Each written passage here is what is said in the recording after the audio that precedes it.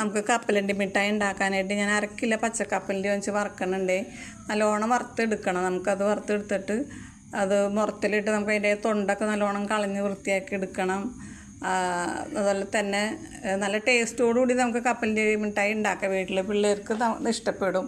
പുറത്തുനിന്ന് നമുക്കൊരു ചെറിയ കുഞ്ഞ് കഷ്ണമല്ല നമുക്ക് 5 രൂപയൊക്കെ കൊടുത്താൽ കിട്ടണേ. ഇത് 1/2 കിലോ കപ്പലിക്ക് ഒരുപാട് കപ്പലണ്ടി മിഠായി നമുക്കതേ കണക്കിന് ഉണ്ടാക്കാം. നമുക്കത് വൃത്തിയാക്കി എടുത്തതിന് ശേഷം 3 ബെല്ലം ശർക്കര ഞാനത് ഉരുക്കാനിടുന്നുണ്ട്. ഒരു 1/4 ഗ്ലാസ് വെള്ളത്തിലാണ് അത് ഇടുന്നത്. നമുക്കത് നല്ലോണം ഉരുക്കിയെടുത്തിട്ട് നൂൽ പരിവാവണ വരെ നല്ലോണം അത് തിളപ്പിച്ച് അത് നല്ലോണം എടുക്കണം. എടുത്തതിന് ശേഷം ഒരു 2-3-4 ഏലക്കയുടെ പൊടിച്ചിടുന്നുണ്ട്. ഒരു നല്ല മണത്തിനും നല്ലതാണ് അത് ഇട്ട് കഴിഞ്ഞാൽ. ഇട്ട് നമ്മൾ കുട്ടി ഇളക്കി അതിൻ്റെ അകത്ത് തന്നെ ആ കപ്പലണ്ടിയുടെ ഇത് നമുക്ക് അതിൻ്റെ അകത്തിട്ട് ഇളക്കി കൂട്ടി ആ പാത്രത്തിൽ ഇച്ചിരി വെളിച്ചെണ്ണ നല്ലോണം തുടച്ച് കൊടുത്തിട്ട് നമുക്കത് നല്ല ഷേപ്പിലെടുക്കാനിട്ടാണ്. നല്ല ടേസ്റ്റോടുകൂടി കിട്ടിയിട്ടുണ്ട്. പിള്ളേർക്ക് ഇഷ്ടപ്പെടും.